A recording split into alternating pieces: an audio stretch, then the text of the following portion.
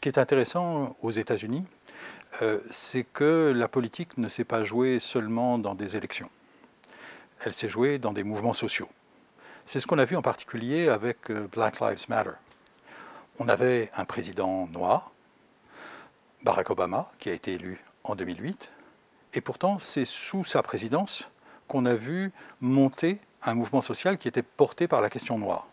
Je dis pourtant parce que, en fait, l'élection de Barack Obama, ça avait été un espoir considérable pour beaucoup de gens.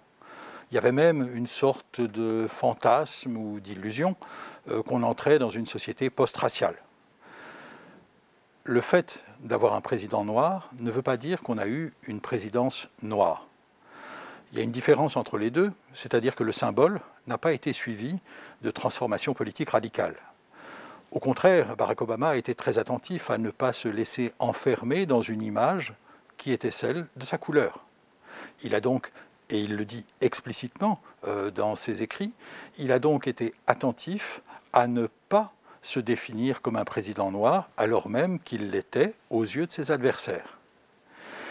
Les mouvements sociaux, donc, ont en quelque sorte pris le relais, parce qu'on ne peut pas dire que la politique de Barack Obama ait changé radicalement la vie de beaucoup de personnes noires, même si le Obamacare, c'est-à-dire cette réforme importante de la protection sociale qui bénéficie en particulier aux pauvres et donc de manière disproportionnée aux personnes noires aux États-Unis, eh bien, cette réforme, elle a eu des effets positifs pour les populations noires, mais il n'y a pas eu une transformation radicale, que ce soit par exemple sur la question des inégalités économiques, que ce soit sur la question des violences policières. Et c'est sur les violences policières que ça s'est joué de manière privilégiée.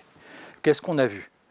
On a vu en 2012 un jeune homme de 17 ans, Trayvon Martin, qui a été tué par quelqu'un qui surveillait le voisinage. Le résultat, c'est qu'il y a eu une prise de conscience que ce n'est pas parce qu'on était sous Obama que c'en était fini de ces violences qui frappent de manière très particulière, très massive, les Noirs aux États-Unis et en particulier les jeunes hommes noirs. Barack Obama a eu une phrase marquante puisqu'il a dit « ça aurait pu être mon fils ». Mais cette phrase marquante, elle est symbolique. Mais par quoi se traduit-elle? Alors il y a de bonnes raisons pour lesquelles le président des États-Unis ne peut pas transformer la police. C'est que la police relève d'autorités locales. Donc en fait, les mobilisations sociales, elles sont intervenues à un échelon local. Et ça s'est joué d'abord en 2013, donc toujours bien sûr sous la présidence de Barack Obama. Ça s'est joué avec l'acquittement de l'homme qui avait tué Trayvon Martin. C'était une fois de plus l'idée que les vies noires ne comptent pas. Et c'est à ce moment-là qu'on voit se développer le hashtag, le mot dièse, Black Lives Matter. Ça va prendre de l'ampleur en 2014 avec la mort de Michael Brown à Ferguson et avec la mort de Eric Garner à New York. Donc en fait, on voit que les mouvements sociaux ont pris le relais de la politique. Ce que la politique institutionnelle ne faisait pas, eh bien, ça s'est joué dans les rues. Et ça s'est joué dans les rues, entre autres, parce que se posait la question de savoir comment étaient traitées ces révoltes urbaines comme à Ferguson. Est-ce que l'État, eh bien, était contre les manifestants? Et la question pour la police s'est posée depuis quelques années lorsque des manifestants et des manifestantes demandent qu'on en finisse avec ces violences policières racistes au sens où elles frappent beaucoup plus les personnes qu'on appellerait en France racisées, et en particulier donc les jeunes hommes noirs. Eh bien quand on voit ça, on se dit la police elle doit choisir son camp. Est-ce qu'elle est du côté des brutalités policières ou pas? Et on voit que ça s'est joué aussi symboliquement avec Colin Kaepernick, ce footballeur qui a choisi de mettre un genou en terre pour rendre hommage de manière symboliquement forte et pacifique à ces victimes de violences policières. Il l'a payé très cher. C'est-à-dire que sa carrière s'est arrêtée là. Autrement dit, s'associer symboliquement à ce mouvement social, a un coût. Je crois que ce qu'on voit pendant toutes ces années, c'est que les mouvements sociaux vont jouer un rôle décisif et que ces mouvements sociaux, ils importent aussi parce qu'ils utilisent les réseaux sociaux. On n'a pas attendu les années 2010 pour avoir des mouvements sociaux. Toutefois, les relais que donnent les réseaux sociaux jouent un rôle important, on l'a constaté un peu partout dans le monde, y compris avec les révolutions arabes. Je crois que ce qui est important ici, c'est que le hashtag, le mot dièse, devient une forme politique qui prend une importance considérable. On le voit donc pour Black Lives Matter, mais on le voit aussi côté féministe avec MeToo.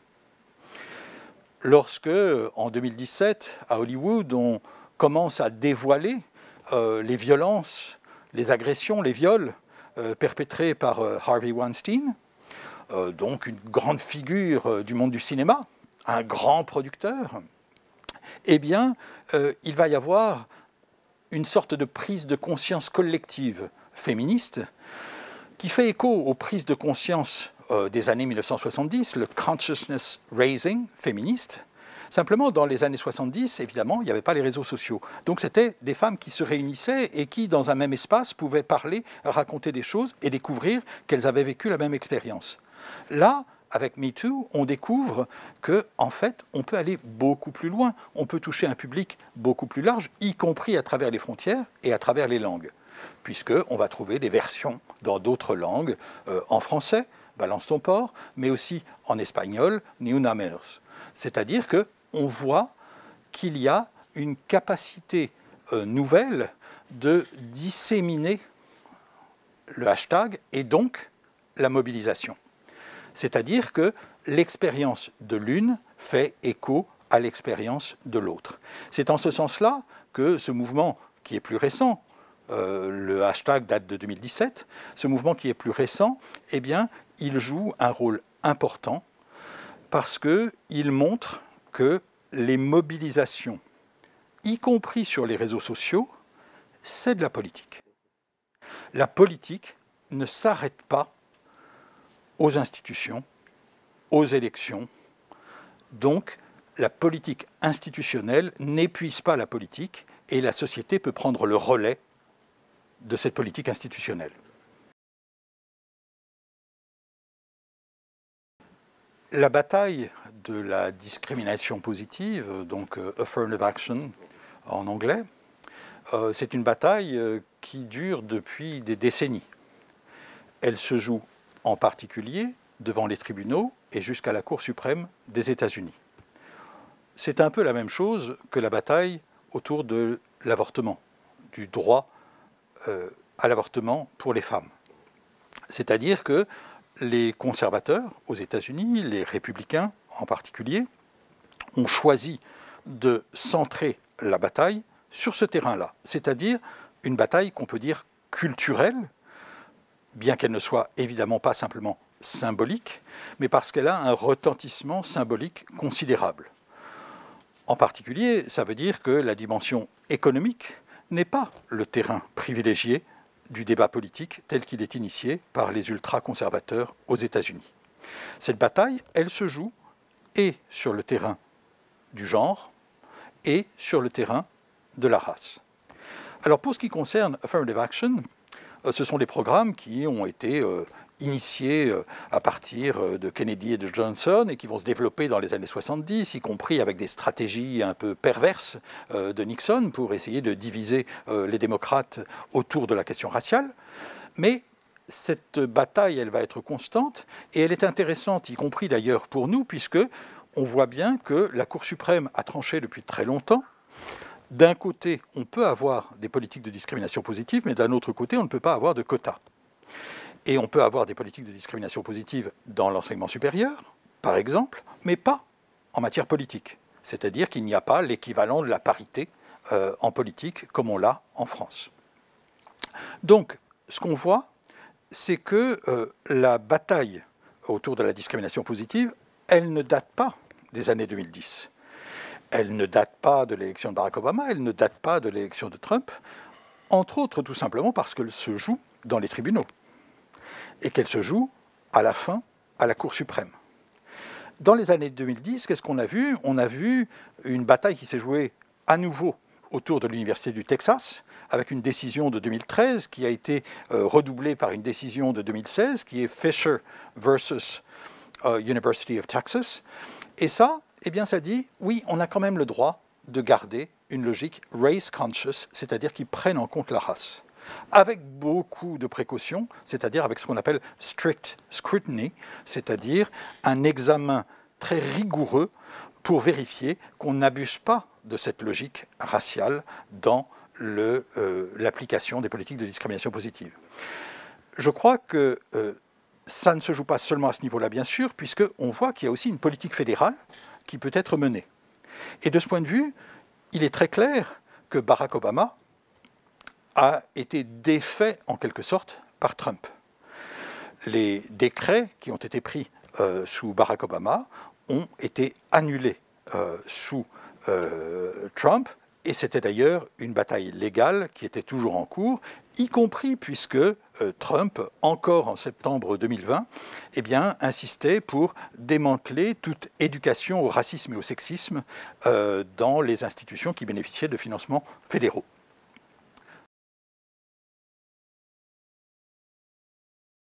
Et ce qui est très intéressant de ce point de vue, c'est que le soir même où il a déclaré sa victoire, Joe Biden a utilisé une expression très importante qui est celle de « systemic racism », le racisme systémique.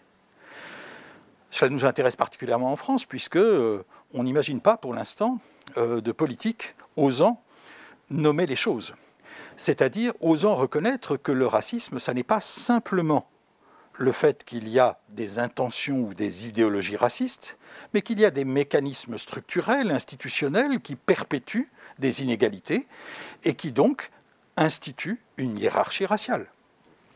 Reconnaître ce systemic racism, c'est une manière d'annuler toute la politique de Trump en matière raciale.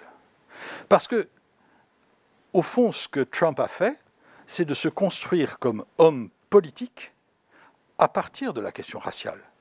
Il faut rappeler que jusqu'au début des années 2010, c'était un businessman, c'était une personnalité de la télévision, mais ce n'était pas un homme politique.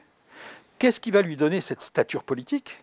C'est sa bataille contre Barack Obama autour de ce mouvement qu'on a appelé les birthers, c'est-à-dire ceux qui remettent en cause l'acte de naissance de Barack Obama pour suggérer que ce président ne saurait être américain puisqu'il est noir et que donc il ne serait pas né sur le sol des États-Unis. Trump va devenir une figure politique en étant porteur de cette question avec insistance, avec arrogance, c'est-à-dire sans tenir compte le moins du monde des faits, comme si Barack Obama devait indéfiniment se justifier. Autrement dit, un président noir n'est pas tout à fait un président puisqu'il est noir. Ça, c'est ce qui va fonder la carrière politique de Trump. Et on sait que la xénophobie, l'islamophobie, le racisme vont jouer un rôle décisif dans son électorat. Il n'a pas été élu en fonction de promesses économiques, il a été élu, par exemple, en promettant un mur avec le Mexique, ou bien en instaurant une interdiction de venir aux États-Unis depuis des pays dits musulmans. Mais aussi, bien sûr, c'est par une politique systématique et symbolique de dénigrement, si on peut utiliser ce terme aux connotations potentiellement raciales, à l'encontre des minorités. Je crois donc que la bataille qu'on appelle culturelle, mais qui est bien sûr une bataille sociale, autour de la place des uns et des autres, et des unes et des autres, elle joue un rôle très important, à la fois dans le domaine racial et dans le domaine sexuel. Parce que Trump a aussi été élu non seulement contre son prédécesseur sur un enjeu racial, mais aussi contre son adversaire, Hillary Clinton, sur un enjeu de genre. Quel est le terme qu'il utilisait et que ses partisans utilisaient contre Hillary Clinton, tout en disant qu'il fallait lock her up, c'est-à-dire l'enfermer? Eh bien, il la traitait, tous les Trumpistes l'ont traité de bitch, c'est-à-dire de salope. Cette insulte sexiste, elle était renforcée par le fait que pendant la campagne présidentielle de 2016, on a eu la révélation d'un enregistrement dont certaines, beaucoup croyaient qu'elle allait couler la candidature de Donald Trump, où on l'entendait proférer des propos sexistes et y compris se vanter d'agressions sexuelles à l'encontre de femmes. C'est le pussy grabbing, pour reprendre une expression vulgaire que je m'abstiendrai ici de traduire. Ce que fait Trump à ce moment-là, c'est, et c'est très important, c'est que loin de s'effacer, eh bien, il arbore en quelque sorte ce sexisme comme il arbore son racisme, et les révélations, loin de l'affaiblir, vont le renforcer. Autrement dit, Trump a été élu comme un président sexiste et raciste, non pas malgré ses propriétés, mais en raison de ses propriétés. Sur les questions sexuelles et raciales, le Parti démocrate est à la fois uni et divisé. Il est uni dans sa volonté de rupture avec l'ère Trump. En particulier, c'est ce qui apparaît autour des questions transgenres aujourd'hui. De manière tout à fait frappante, la condition politique des personnes transgenres est devenue un enjeu. Par exemple, Donald Trump a choisi, lorsqu'il a pour la première fois repris la parole depuis l'intronisation de son successeur, de faire référence à cette question transgenre pour s'inquiéter que l'égalité des droits, eh bien, ça conduise à la fin du sport féminin. C'est un argument beaucoup utilisé aujourd'hui par les conservateurs qui ne veulent pas paraître transphobes, mais qui veulent se donner l'allure d'être féministes, en jouant d'ailleurs sur des divisions qui existent au sein même du féminisme dans le rapport aux personnes trans, selon qu'elles vont être considérées selon leurs propres termes, ou bien renvoyées au fait que dans certains cas, pour certaines féministes, elles ne seraient pas des vraies femmes. Donc, Trump joue cette carte, mais Biden aussi dans l'autre sens, puisque d'emblée, dès le premier jour, il a pris des décrets qui visaient à plus d'égalité pour les personnes transgenres, en particulier en matière d'éducation, mais pas seulement, dans l'armée, etc. Ces décrets sont accompagnés aussi d'un geste symbolique avec la nomination d'une secrétaire d'État à la santé, Rachel Levin, qui est elle-même une personne trans. Donc la bataille, elle se joue aussi sur ce terrain-là. Ça veut dire que du côté des démocrates, y compris d'un démocrate aussi modéré que Joe Biden, eh bien, on est prêt à rompre avec l'héritage qui est celui de Trump. Là où il peut y avoir une division et qui peut être importante, c'est est-ce que ça veut dire qu'on va être du côté d'une perspective purement libérale, qui est celle des droits, ou davantage une perspective radicale, c'est-à-dire qui remet en cause l'ordre des choses. Ça joue tout particulièrement sur la question raciale. Sur la question raciale, très clairement, il ne s'agit pas seulement de droits, mais il s'agit aussi de normes. Et comment on change les normes? Eh bien, ça passe aussi par l'économie. C'est-à-dire que si on veut voir la place des uns et des autres, des unes et des autres, eh bien, il faut se poser ces questions-là. Donc, le Parti démocrate est divisé et on voit bien que l'aile majoritaire, incarnée par le président et par sa vice-présidente, eh bien, c'est une aile qui va mettre l'accent sur le symbolique, sur les droits. Alors qu'on va avoir une aile plus progressiste ou plus radicale, par exemple avec Alexandra Ocasio-Cortez, qui, elle, met l'accent sur l'articulation entre les questions minoritaires et les questions de classe. Ça nous intéresse aujourd'hui, parce que, en fait, quand on est en France, on voit bien que ces débats sur l'intersectionnalité ne sont pas seulement des débats théoriques pour les sciences sociales et politiques, mais ce sont aussi des débats politiques. On voit que sur ce point, il n'y a pas une manière de traiter les choses. Il y en a, en particulier au sein du Parti démocrate, au moins deux. Et de ce point de vue, Kamala Harris est un exemple intéressant, parce que rien ne permet de penser qu'elle va remettre en cause, et d'ailleurs sa fonction de vice-présidente pour l'instant ne le lui permet pas, mais qu'elle va remettre en cause l'ordre des choses. Donc il se pourrait bien qu'on soit dans une politique qui est largement une politique symbolique. C'est-à-dire qu'on renoue avec ce qui s'est passé sous Barack Obama. Bien sûr, le symbolique, c'est très important, mais ça n'est pas la totalité. Je crois qu'un des endroits où on peut aujourd'hui mesurer cette question, c'est la bataille autour de la pandémie. Qu'est-ce qui s'est passé sous Donald Trump? Une des raisons pour lesquelles il a perdu l'élection, c'est sans doute la pandémie. Cette pandémie, il est très clair qu'elle n'est pas seulement définie de manière aléatoire, mais qu'elle est déterminée par des logiques qui sont des logiques de classe et qui sont des logiques raciales en particulier, mais il y a une dimension aussi de genre, c'est-à-dire que ce ne sont pas seulement les inégalités en fonction de la couleur de peau ou en fonction des revenus, mais il y a aussi, et en particulier dans les métiers du care, c'est-à-dire les gens qui soignent, qui s'occupent des malades, de toute évidence, la dimension de genre est très importante. Or, c'est là-dessus que peut-être les démocrates ont une carte à jouer, c'est-à-dire penser cette articulation entre ces dimensions. Là encore, l'écho avec la France est très intéressant, puisque c'est au moment même où la pandémie de Covid requiert de penser l'intersectionnalité.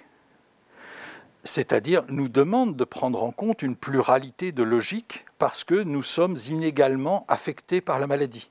C'est à ce moment-là que se déchaînent des polémiques en France contre l'intersectionnalité. De ce point de vue, je crois que nous voyons aux États-Unis une sorte de terrain expérimental pour réfléchir à ces questions, non pas en les séparant, mais au contraire en les articulant.